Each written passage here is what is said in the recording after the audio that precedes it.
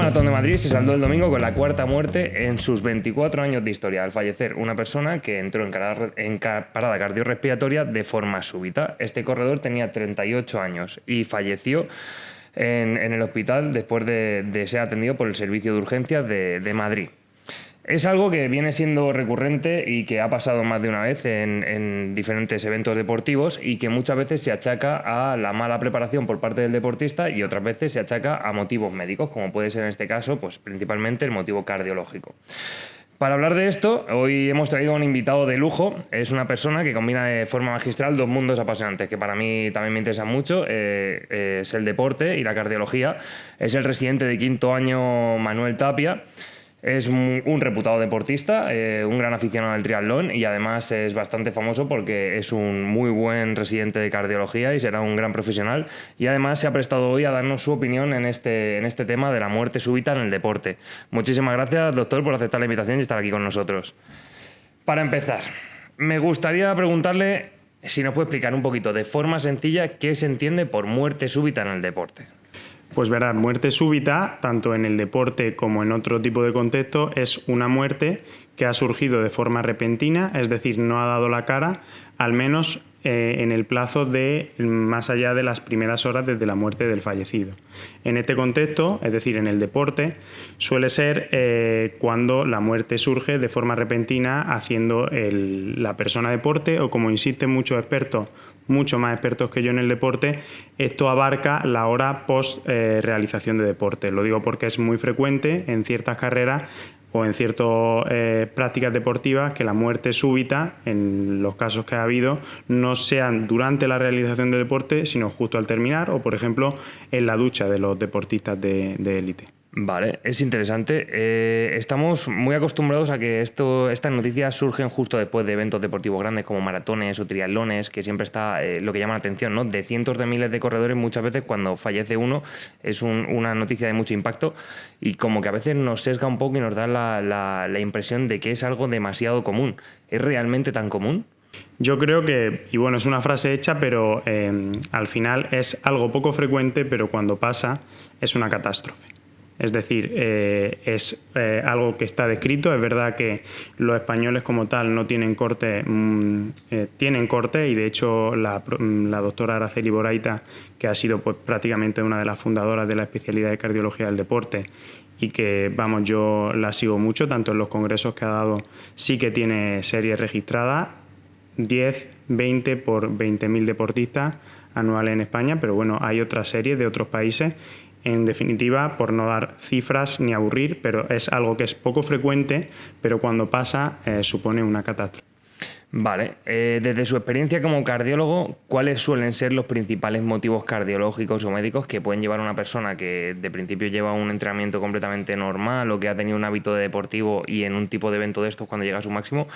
¿Cuál es el principal motivo que le lleva a esa muerte súbita? Yo creo que una de las claves es diferenciar entre que el deporte no deja de ser un factor predictor de salud, es decir, el deporte previene y da salud cardiovascular, eso es algo severamente recogido y muy evidenciado, pero desde luego puede ser un trigger en ciertas patologías, es decir, puede ser un desencadenante en ciertas patologías de base que tenga el deportista para desencadenar la muerte súbita. Esto quiere decir que el deporte como mensaje clave es algo que aporta salud cardiovascular, es recomendable médicamente y debe adaptarse a las condiciones tanto psicofísicas como a la patología de base del deportista. Vale. Sin embargo, bueno, y siguiendo con la pregunta que me has hecho, pues las principales causas dependen mucho de la franja de edad en la que nos movamos. Es decir, el deporte, siempre hablando de un deporte de alta intensidad, puede suponer un trigger para cierta enfermedad cardiovascular. La enfermedad cardiovascular es la causa más frecuente de muerte súbita en deportistas. Y luego, en función de la edad, hablamos de que en mayores de 35 años, a día de hoy, la cardiopatía isquémica es la causa más prevalente de muerte súbita durante el deporte. Y en personas menores de 35 años, hablamos de cardiopatías familiares o bien miocardiopatía hipertrófica, que sería la causa más frecuente, aunque luego hablaremos de que los italianos nos llevan delantera y han logrado cambiar esta etiología, y luego otra canalopatía o enfermedades arrítmicas primarias. Me parece muy interesante eso de la miocardiopatía hipertrófica porque no sabía que se había modificado un poco. Sí, si quiere que vayamos sobre eso un poquito más. Sí, hace ya varios años los italianos implantaron un modelo de reconocimiento médico específico para personal deportista de alta intensidad. Esto se ha implementado en federaciones a nivel español y en otros países, sin embargo, fueron los italianos los primeros en reportarlo y en registrarlo y además legalizarlo. Y ellos lo hacen en los distintos ámbitos del deporte a diferentes intensidades, no lo especifican solamente en deportistas federados. Ellos han implementado un reconocimiento médico obligatorio por personal acostumbrado o facultativo acostumbrado a ver deportistas, y luego las pruebas complementarias, que en este caso serían pruebas de esfuerzo y ecocardiograma, serían su recomendación no obligatoria, sino en función de lo que viese el facultativo. Pero desde luego un electrocardiograma de base y una anamnesis y un estudio de antecedentes familiares sí que es obligado. Vale, y ahora, ya que sacamos el tema de las pruebas médicas justo antes, ese famoso chequeo que se deben realizar antes de hacer un evento deportivo, ¿cuál sería para usted el chequeo mínimo que debería haber? Te voy a trasladar la información o la formación que yo recibí de los que considero que son pioneros en medicina del deporte y cardiología del deporte a nivel nacional, como el Consejo Superior de Deportes, que hasta hace poco dirigía la doctora que te he dicho antes. Y es que al final lo básico o los materiales que nosotros tenemos para prevenir la muerte súbita, partimos de la base de que la gran mayoría es cardiovascular. Esto quiere decir que la causa de la muerte va a ser una parada cardiorrespiratoria. Y en la gran mayoría de los casos esa parada cardiorrespiratoria se da en un ritmo que nosotros llamamos desfibrilable, que no es otra cosa que los ritmos que se pueden tratar con una desfibrilación. Entonces, los ítems que nosotros tenemos para prevenir esa muerte súbita y para bajar las tasas son una prevención, es decir, un reconocimiento con los pasos que te digo ahora, ¿vale?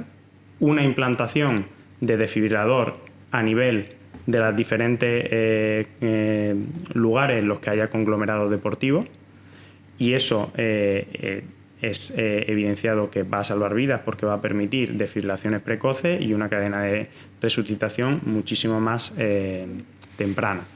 Vale. Y por último, educación, evidentemente, en esto al resto de la población. Y en cuanto a lo que es el reconocimiento, que es la pregunta que tú me has hecho, yo creo que lo fundamental es una anamnesis tanto del paciente, en este caso el deportista, y si ha tenido síntomas de riesgo, síncopes, pérdidas de conocimiento o síntomas cardiológicos, y sobre todo unos antecedentes familiares. Unos antecedentes familiares que desde el punto de vista ya desde las canalopatías primarias u otras causas de muerte súbita cardiovasculares tienen que englobar, porque este patrón de enfermedades casi siempre suele tener un patrón de herencia que llamamos autosómico dominante. Esto quiere decir que sí que es verdad que la mayoría de veces, si nos vamos a una anamnesis de historia familiar con un árbol genealógico bien hecho, es decir, que incluya 3 generaciones directas sin contar la del deportista, puede aparecer, aunque no nos criba totalmente, porque es verdad que hay mutaciones que llamamos de nuevo, es decir, que nadie en la familia las tiene, pero sí el deportista.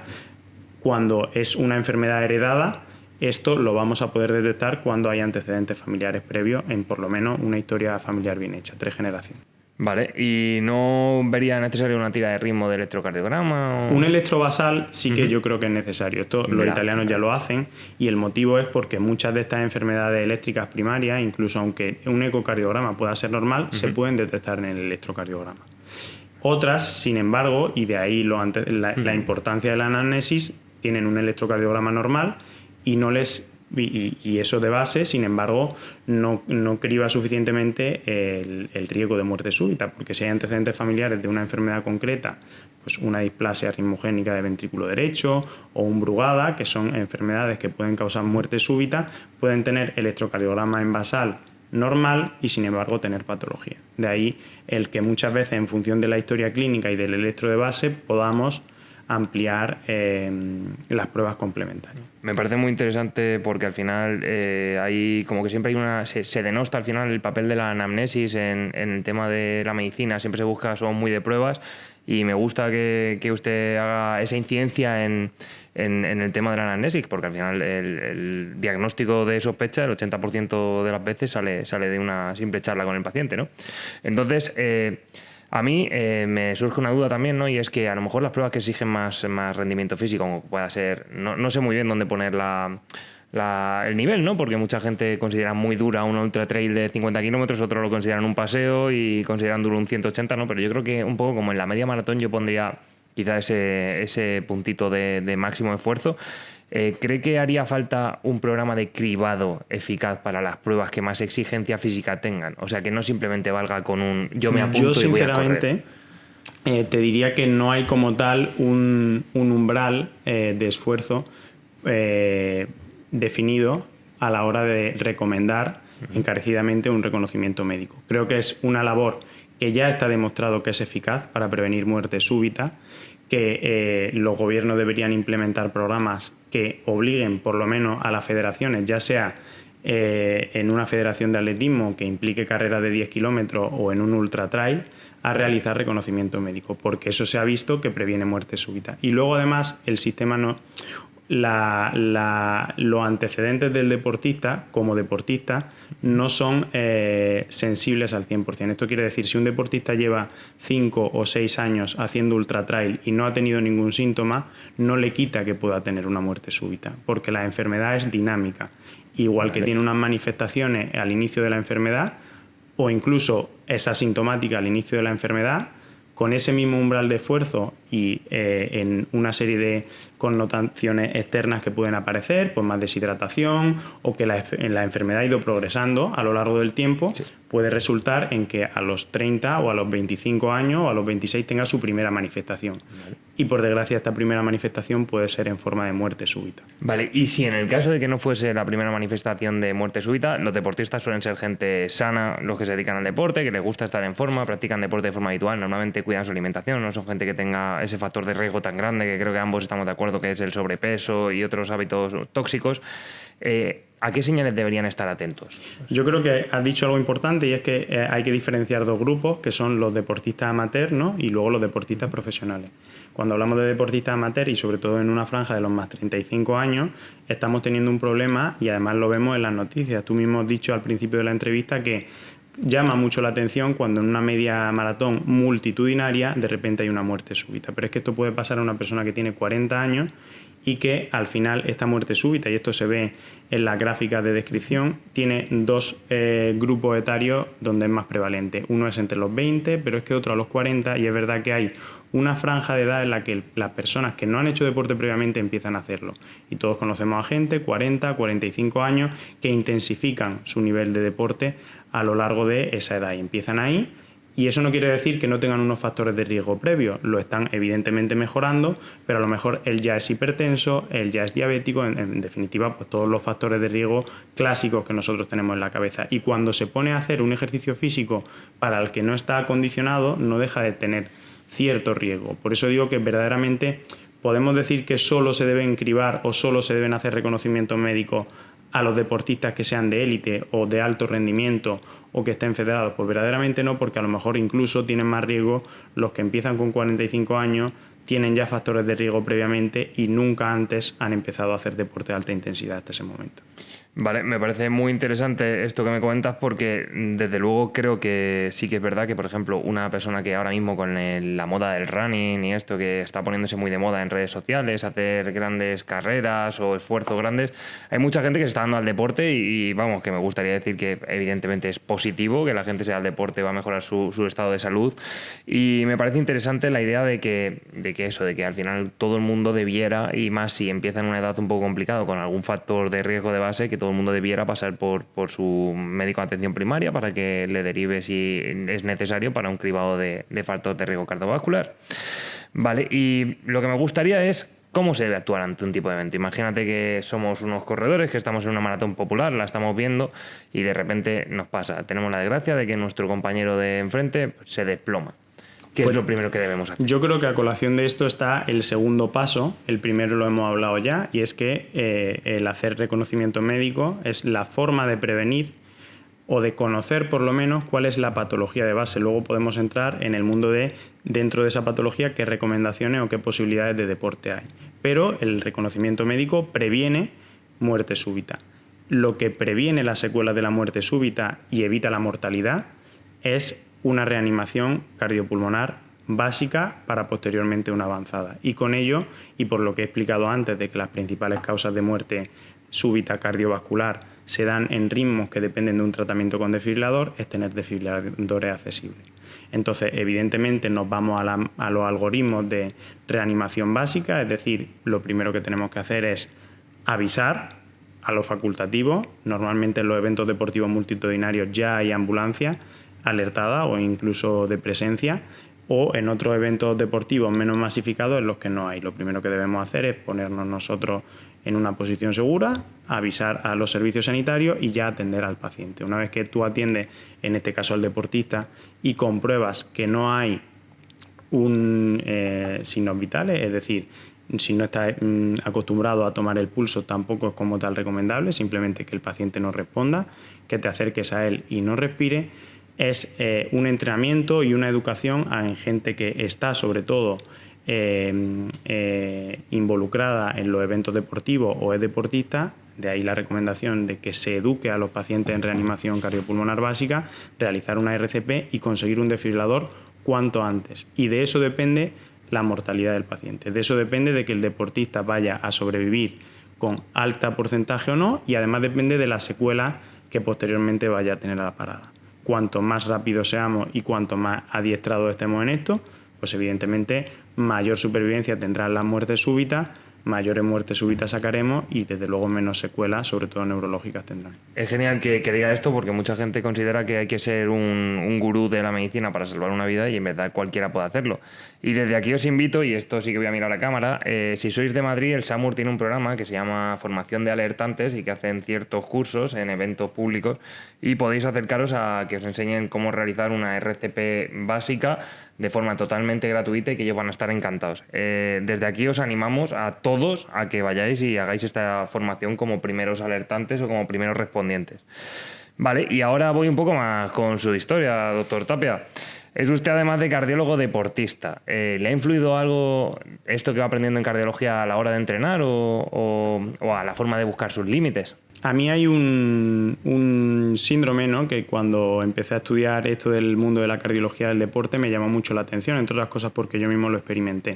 Y es el síndrome de fatiga cardiovascular al deporte. Es decir, el tema no solamente está en prevenir la muerte súbita, sino en conocer cuáles tus posibilidades cardiovasculares para el deporte y la forma de entrenarla. El corazón es un músculo y evidentemente tiene su entrenamiento, pero además de su entrenamiento tiene su sobreentrenamiento y el corazón pasa factura. De hecho, uno de los principales problemas a nivel de cardiología que tenemos para discriminar un corazón que llamamos de atleta, es decir, un corazón que se adapta fisiológicamente al rendimiento deportivo de este deportista con respecto a un corazón que es patológico porque tiene una hipertrofia severa, porque tiene zonas de tejido fibrótico, es la zona gris está la mala adaptación del corazón, es decir, un corazón que no tiene una enfermedad de base, pero ese sobreentrenamiento y esa mala adaptación o no dejar adaptar el corazón al deporte, el que puede generar incluso problemas de fibrosis, problemas de trastornos del ritmo,